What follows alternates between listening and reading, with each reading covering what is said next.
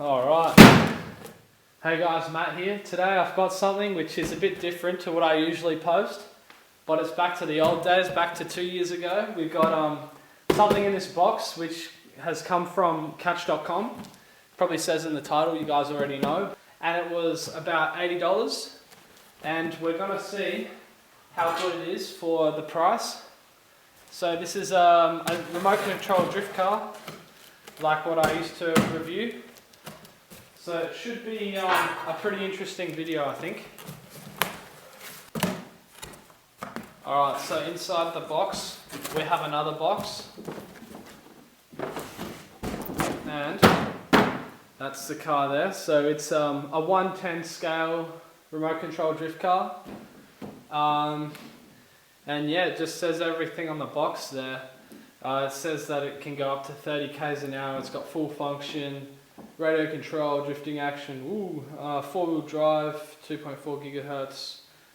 Yeah, well, looks like every other box of every cheap remote control car, so we'll see how this one goes.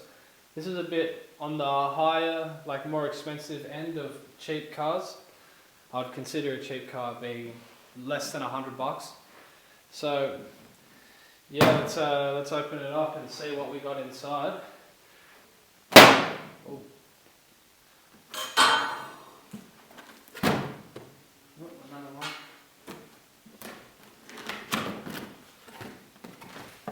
Oh, instructions. What is this? Some sort of warning sign, I don't know what that is. I doubt the car's going to blow up or anything.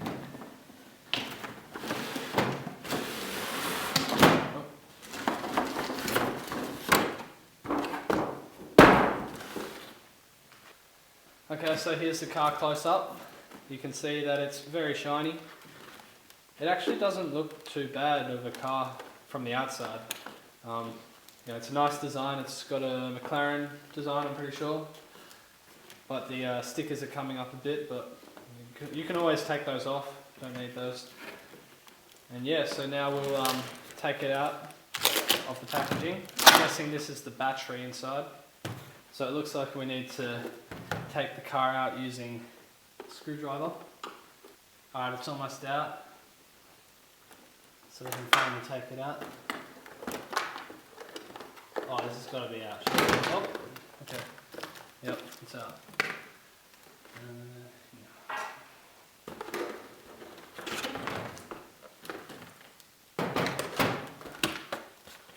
Oh, hold on. The remote is secured with Phillips head as well. Oh, okay, cool. Yep. And then there's this little box which I assume has the rechargeable battery in it. Come on. Yeah. Yep, there it is. So it's a dodgy little charger. It's got a battery, yep, and battery for the remote, I assume. And then this is to probably take off the wheels if you need to take them off. And here's the remote. Looks pretty crappy, just like all the other ones that I've reviewed. I guess they should be putting more money into the car anyway, but yeah, we'll see how this remote goes. Hopefully it doesn't break or anything. But yeah, it should be fine. Now let's have a look at the car. So here is the car, and it's a pretty nice design, as I said before. And it's hobby style, so you can take out the pins and take off the body, which is always good. I just scratched it somehow. Oops. Well, nice one.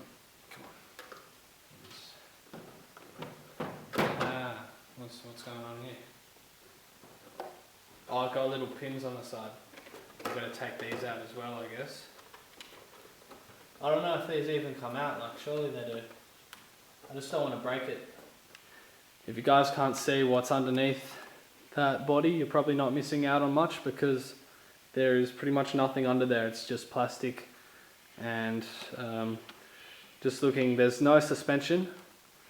which is a shame because it'll kind of stuff up the drifting when we try to drift it. But we'll have a look at the rear. No, nothing, no suspension in there. It's just a motor in the rear, motor in the front, 4-wheel drive. Yep, fat diffuser right here. Yep, good for that aerodynamics at 30 k's an hour. Keep it on the ground, I reckon. So that's always good. Yeah, but can't really look underneath there. But I just gave you a 360 of the car. It looks pretty good though. So we'll set it up now. Alright guys, so I got the battery from this car on the charger now. And I've put the battery into this remote as well. The 9-volt battery which was included. So we don't know how long the battery will take to charge for this car. Maybe a couple of hours. We'll see what the light does, because there's a light on the charger. It blinks and stuff. But yeah, so just quickly, if you guys want to see some more of these types of videos where I review like cheap remote control cars, test them out and all that stuff, make sure to subscribe and also like, comment, say what type of car you want me to review, because I've got a couple which I've seen which could make a really good series to keep going along with this one. So yeah, make sure you do all that and I'll keep rolling out these videos. So the battery's all charged up now. Here it is. So we're going to put this in the bottom of the car, which is where it goes, just under here.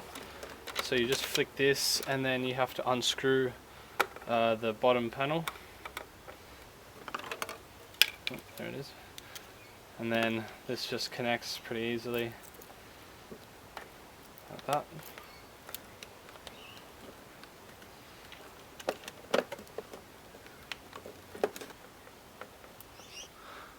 I was also just looking through the box and I couldn't find the little antenna that's meant to plug into here, which is like what happened with one of my other ones that I bought for like $40. I couldn't find the antenna, so yeah, I don't think it was included, or maybe they just forgot it. But yeah, it shouldn't matter too much because I'm not going to be too far away from it, but if you were to do it from further away, then you would definitely need the antenna. Okay, so we're now ready to power it on. Let's flick the on switch there. So no proportional steering or throttle will make it a bit annoying to try and drift, but we'll see how we go anyway. So yeah, let's give it a run.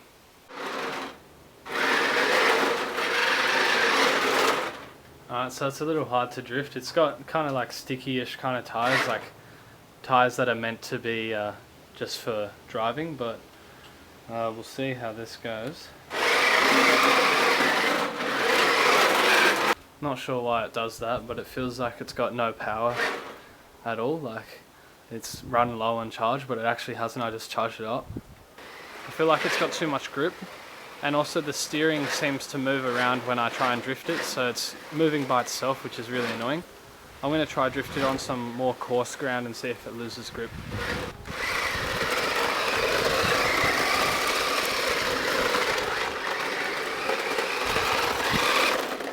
Now I've put a rock in the middle to see if I can try and drift around this rock to see how much control I have.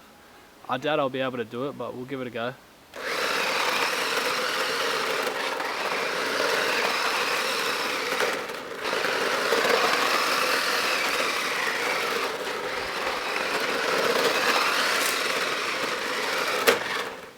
Yep, the most uncontrolled drifting ever.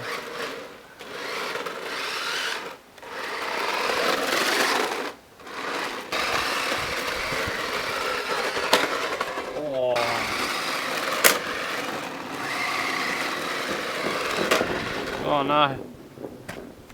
Alright guys, and that was the drift test for this car. I'd give it a rating probably 6 out of 10. Like, it can drift but not very well. No proportional steering or throttle, so it's kind of hard to actually get this to go anywhere.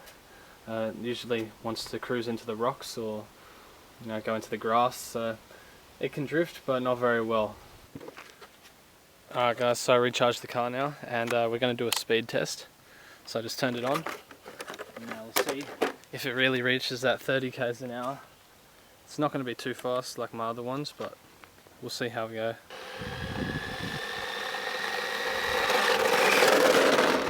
Alright guys, thanks for watching. If you enjoyed, please leave a like and subscribe and comment if you want. I'm now going to leave a list of pros and cons of the car, and you guys can decide whether or not it's worth it.